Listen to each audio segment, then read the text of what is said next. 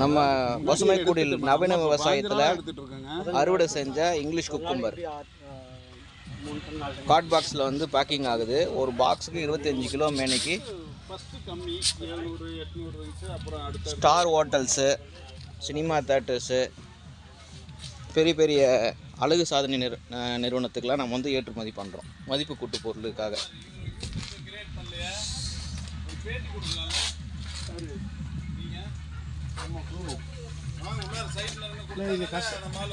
Customer வராங்க sir, கஸ்டமரோட வந்துருக்காங்களா?